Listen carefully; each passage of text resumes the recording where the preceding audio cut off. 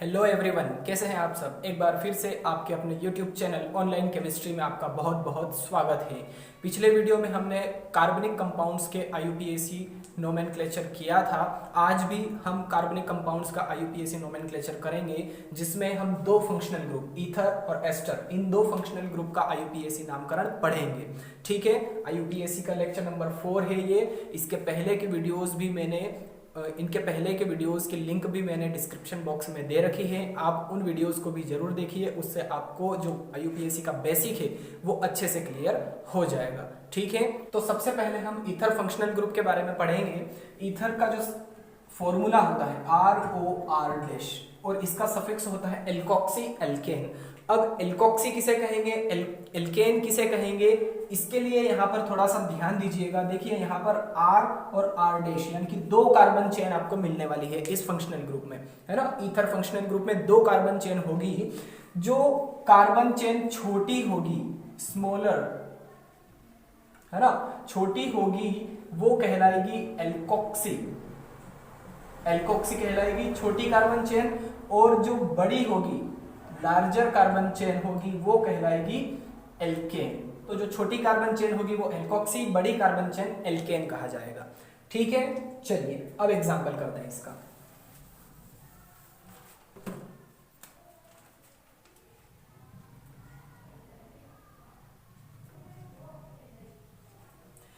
ये एग्जाम्पल है आपके सामने, first example ether functional group का। देखिए ये RO और R', ये कार्बन चेन और एक ये कार्बन चेन।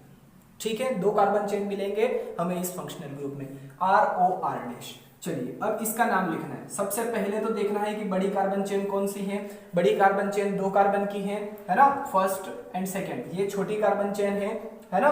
तो यहां पर क्या हो जाएगा, छोटी कार्बन चेन हाइड्रोजन अगर लगाएंगे, बैलेंस करेंगे, तो यहां पर 3, यहां पर कितने, 2 और यहां पर 3। ठीक है, अगर बैलेंस करना चाहे तो कर लीजिए और नहीं करना है तो भी कोई दिक्कत नहीं है। ठीक, चलिए तो ये छोटी कार्बन चेन, छोटी कार्बन चेन, तो इसको क्या कहेंगे, छोटी कार्बन चेन को एल्कोक्सी, है ना। जो छोटी कार्बन चेन होगी उसको एल्कोक्सी कहेंगे, बड़ी को एल्केन कहेंगे। तो ये छोटी कार्बन चेन है मैथ, और इसका जो सफिक्स होता है एल्कोक्सी होता है, तो ये हो जाएगा मेथॉक्सी, मेथॉक्सी। और ये दो कार्बन है, तो दो कार्बन के लिए क्या आता है, एथ, है ना, और इसका सफिक्स होता है एल्केन, तो एथ एन, ये हो जाएगा इसका आईयूपीएसी नाम, मेथॉक्सी एथेन, है ना। छोटी कार्बन चेन को एल्कोक्सी कहा, बड़ी कार्बन चेन को एल्केन कहा, सिंपल, है ना। छोटी को एल्कोक्सी, बड़ी कार्बन चेन को एल्केन। तो इस प्रकार से फर्स्ट एग्जांपल हो गया मेथॉक्सी एथेन। सेकेंड एग्जांपल करते हैं।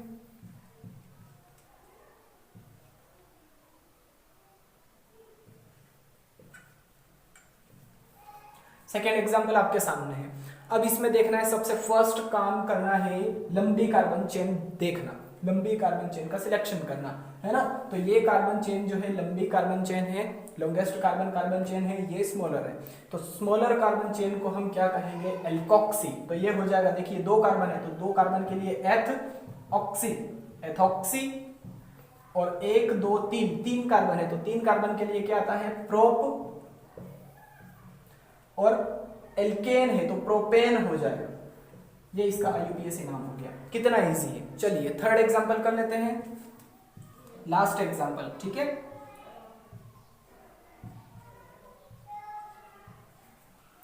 देखिए अब इसमें सबसे बड़ी कार्बन चेन और सबसे छोटी कार्बन चेन बताइए। ये तो सबसे छोटी कार्बन चेन हो गई और ये सबसे बड़ी कार्बन चेन 1 2 3, है ना, 1 2 3। या इधर से भी नंबरिंग करेंगे तो 1 2 3 सेकंड नंबर के कार्बन पर फंक्शनल ग्रुप होगा। ठीक है, क्लियर हो गया। चलिए छोटी कार्बन चेन ये है, और छोटी कार्बन चेन कौन से नंबर पर है ना। छोटी carbon chain as a substituent लिखा जाता है ईथर फंक्शनल ग्रुप में। ठीक है, तो छोटी कार्बन चेन सेकंड नंबर के कार्बन पर है तो एज अ सब्स्टिट्यूएंट लिखते हैं इसको। तो क्या हो जाएगा, विद नंबर लिखना है हमें। तो इसका आईयूपीएसी में हो जाएगा 2 मेथॉक्सी, एक कार्बन है, और एल्कोक्सी, तो 2 मेथॉक्सी 1 2 3, 3 कार्बन के लिए प्रोप, सिंगल बॉन्ड एन, या फिर इसका सफिक्स ही होता है एल्केन, तो इस प्रकार से इसका नाम हो गया 2-मेथॉक्सी प्रोपेन। सेकेंड नंबर के कार्बन पर मेथॉक्सी है, क्योंकि एज अ सब्स्टिट्यूएंट हम यहाँ पर इसको यूज करते हैं एल्कोक्सी को, तो 2-मेथॉक्सी है ना, एक कार्बन के लिए मैथ ऑक्सी, 2-मेथॉक्सी, 1 2 3 3 कार्बन के लिए प्रोपेन, 2-मेथॉक्सी प्रोपेन। ठीक है, तो जो ईथर फंक्शनल ग्रुप है उसके सभी एग्जांपल आपको अच्छे से क्लियर हो गए होंगे आई थिंक। अगर वीडियो पसंद आए तो प्लीज वीडियो को लाइक जरूर कीजिएगा। ओके, तो चलिए अब जो सेकेंड फंक्शनल ग्रुप है इस वीडियो का, एस्टर, उसको हम देख लेते हैं। एस्टर, एस्टर का जो फॉर्मूला होता है RC≡OOR'। अब यहाँ पर भी इस फंक्शनल ग्रुप में भी 2 कार्बन चेन हमें देखने को मिलेगी, है ना। तो अब इसको, अब एल्कीन किसे कहेंगे और एल्केनोएड किसे कहेंगे, देखिए ध्यान से सुनिएगा। जो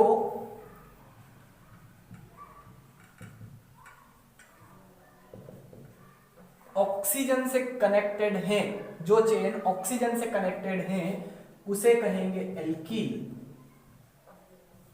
और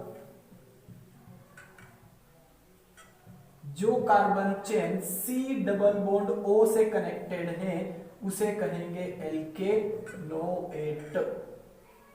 क्लियर हो गया सभी को।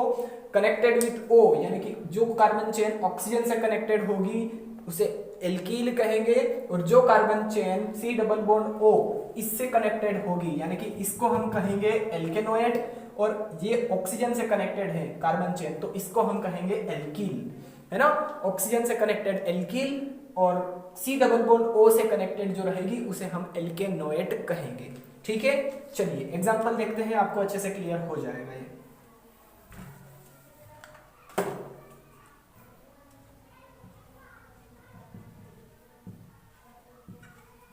First example ester functional group का, है ना, एस्टर का फर्स्ट एग्जांपल। चलिए अब यहां पर देखिए, ध्यान दीजिए कि कनेक्टेड विथ O कौन है और कनेक्टेड विथ C≡O कौन है ना। C≡O से कौन सी कार्बन श्रृंखला अटैच है, ये वाली C≡O से ये, और O से ये, है ना। अब सफिक्स में हम पहले लिखते हैं एल्कील का नाम, उसके बाद लिखते हैं एल्केनोएट, एल्कील लिखेंगे सबसे पहले। तो चलिए, कनेक्टेड विथ O से कौन है कनेक्टेड, सिर्फ एक ही कार्बन कनेक्टेड है O से, तो एक कार्बन के लिए क्या हो जाएगा मैथ, और इसका सफिक्स होता है एल्कील, तो यहां पर हो जाएगा मेथिल, है ना। मेथिल, एक कार्बन और 2 कार्बन, तो 2 कार्बन के लिए क्या आता है एथ,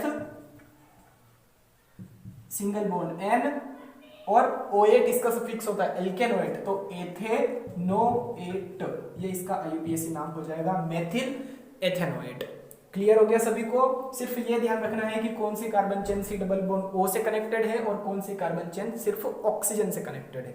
अगर ऑक्सीजन से जो चेन कनेक्टेड होगी उसे हम एल्कील कहेंगे, और अगर जो कार्बन चेन C≡O से कनेक्टेड होगी उसे एल्केनोएट कहेंगे। तो यहाँ पर ध्यान दीजिए, ये ऑक्सीजन से कनेक्टेड है तो इसे हम एल्कील कहेंगे, यहाँ लिख दिया मेथिल क्योंकि एक ही कार्बन है मैथ, तो मेथिल, और ये C≡O से कनेक्टेड है तो C≡O जो कार्बन होता है फंक्शनल ग्रुप का उसको भी हम काउंट करते हैं मेन कार्बन चेन में। ठीक है, रूल है ये। तो यहां पर एक कार्बन, 2 कार्बन, 2 कार्बन के लिए एथ, एन और ओएट सफिक्स होता है एल्केनोएट, तो एथेनोएट। क्लियर हो गया सभी को। चलिए सेकेंड एग्जांपल देखते हैं।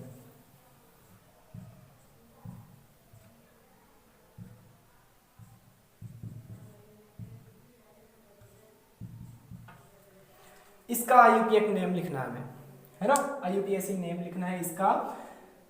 अब यहां पर ध्यान दीजिएगा कि कौन सी कार्बन चेन एल्कील कहलाएगी, कौन सी कार्बन चेन एल्केनोएट कहलाएगी। जो कार्बन चेन ऑक्सीजन से कनेक्टेड है एल्कील, देखिए यहाँ पर ये कार्बन चेन जो है वो ऑक्सीजन से कनेक्टेड है ना, तो इसका नाम पहले लिख देंगे हम। क्या नाम हो जाएगा इसका, देखिए जरा, 2 कार्बन है, 2 कार्बन के लिए क्या होता है एथ, तो ये हो जाएगा एथिल, है ना। एथ सफिक्स ही इसका एल्कील होता है तो एथिल ही लिखना पड़ेगा हमें। ठीक है, तो एथिल।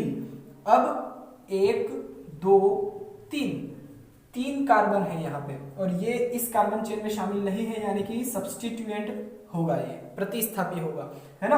तो ये तो हो गया एथिल। अब सब्स्टिट्यूएंट का नाम लिखना है ना, सब्स्टिट्यूएंट विद नंबर, तो ये हो जाएगा 2 methyl ethyl to methyl 3 carbon के लिए प्रोप सिंगल बॉन्ड NO8 है ना, ethyl to methyl propanoate. Ethyl 2 carbon के लिए एथिल, एथिल सेकंड नंबर के कार्बन पर मेथिल है, 2 मेथिल 3 कार्बन की चेन है तो प्रोपेनोएट। क्लियर हो गया सभी को, दोनों ही एग्जांपल अच्छे से क्लियर हो गए। चलिए थर्ड एग्जांपल देख लेते हैं एस्टर का, ताकि आपको और अच्छे से क्लियर हो जाए एस्टर फंक्शनल ग्रुप। ठीक है, चलिए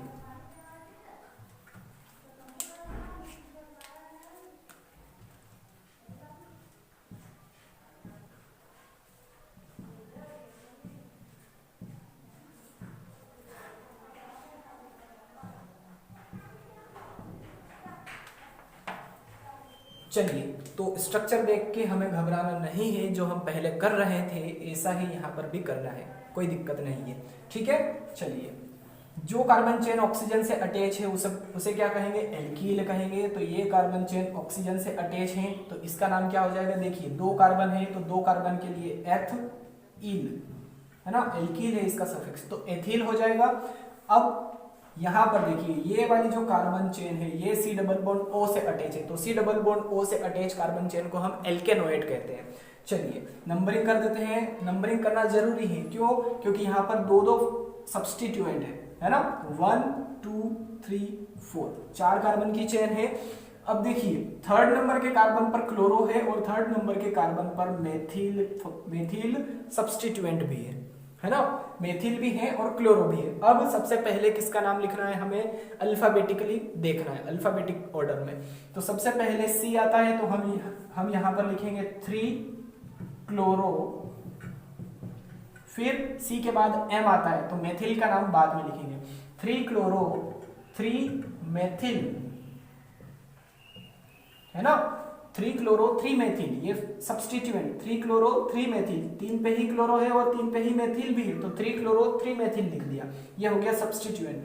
अब कितने कार्बन है, 4 कार्बन है तो 4 कार्बन के लिए ब्यूट N और O8 ये इसका IUPAC नाम हो गया। एथिल 2 कार्बन के लिए एथिल 3 पे क्लोरो है तो 3 क्लोरो, 3 पे मेथिल भी है तो 3 मेथिल, 4 कार्बन के लिए ब्यूटेनोएट इसका IUPAC नाम हो गया एथिल 3 क्लोरो 3 मेथिल ब्यूटेनोएट। क्लियर हो गया सभी को। चलिए अब लास्ट एग्जांपल कर लेते हैं एस्टर फंक्शनल ग्रुप का और इस वीडियो का भी लास्ट एग्जांपल। ठीक है, चलिए 1 2 3 कार्बन यहाँ पर और यहाँ पर है C है ना, एक यहाँ पर जोड़ देते हैं कोई सब्स्टिट्यूएंट। ठीक है, चलिए सॉरी यहाँ पर हमने ऑक्सीजन नहीं लिखा, OC यहाँ पर BR और यहाँ पर C। ठीक है, अब राइट है।